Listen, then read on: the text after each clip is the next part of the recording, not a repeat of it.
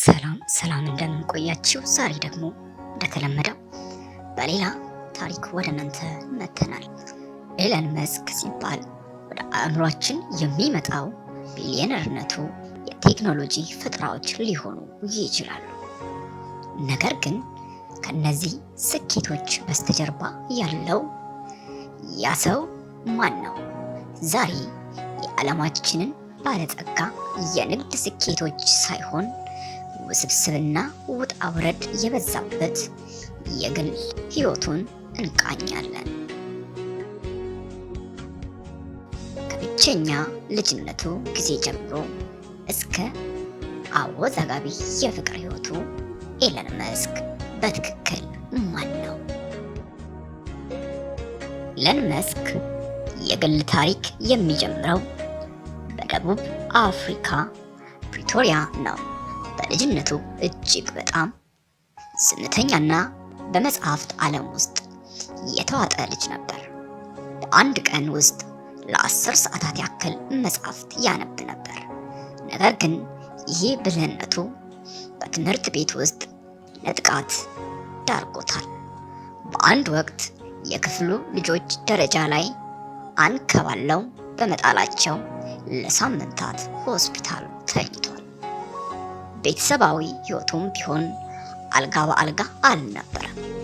የወላጆቹ መፋታት እና ከአባቱ ከኤሎን መስክ ጋር የነበረው አስቸጋሪ ግንኙነት እስከ ዛሬ ድረስ በስነ ልቦናው ላይ ትልቅ ጠባሳ ጥሏል።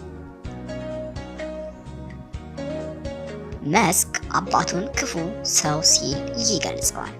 ይህ በብቸኝነት የተሞላ የልጅነት ጊዜ ነው ወደፊት ለሚገነባው የሥራ ወገብ መሰረት የሆነው። ኤለን መስክ የፍቅር ሕይወት እንደ ሥራዎቹ ሁሉ ፈጣንና ድራማ የተሞላበት ነው። የመጀመሪያ ሚስቱ ጀስቲን ዊሊየምስ ጋር በካናዳ ዩኒቨርሲቲ ያሉ ነበር የተገናኙት። በትዳራቸውም 5 ልጆችን አፍርተዋል።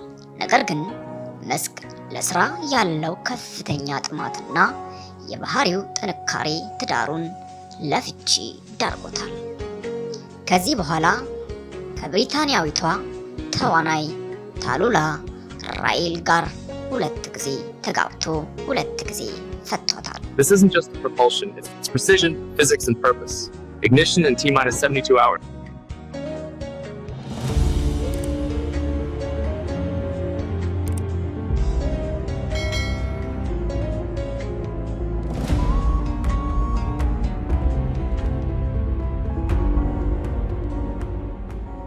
በመቀጠልም ከዘፋኟ ግራይምስ ጋር በነበረው ግንኙነት ዓለምን ግራ ያጋቡ ስሞችን ለልጆቹ አውጥቷል።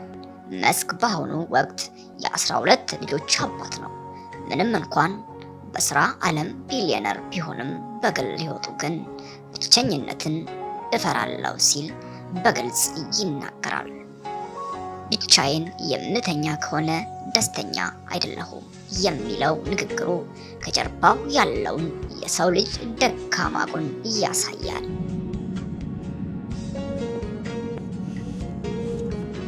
ብዙዎች ኤለን መስክ በማህበራዊ ግንኙነቶች ላይ ለምን ይቸገራል? ለምንስ አንዳንድ እንግዳ የሆኑ ንግግሮችን በትዊተር ወይንም በኤክስ ገጹ ላይ ይለጥፋል ብለው ይጠይቃሉ። እንደ ኢሮፒያን አቆጣጠር በ2021 ሳተርዴይ ናይት ላይቭ በተሰኘ ፕሮግራም ላይ መስክ አስፐርገር ሲንድሮም እንዳለበት በይፋ ተናግሯል። ይህ ሁኔታ ነገሮችን ከሌላው ሰው በተለየ መንገድ እንዲረዳ፣ ለዝርዝር ነገሮች ትኩረት እንዲሰጥና ነገር ግን ከሰዎች ጋር ባለው ግንኙነት ላይ ማህበራዊ ምልክቶችን በቀላሉ እንዳይረዳ ያደርገዋል። ይህ ልዩነቱ ነው ዓለምን የማይችሉ ያሏቸውን ነገሮች እንዲያሳካ የረዳው። በተቃራኒው ደግሞ በግል ሕይወቱ ውስጥ ለሚፈጠሩ አለመግባባቶች ምክንያት የሆነው። This isn't just transportation, it's architecture on wheels. This isn't just transportation, it's architecture in motion. This isn't just propulsion, it's precision, physics, and purpose. Ignition in T-minus 72 hours. The future isn't coming, it's being built right now.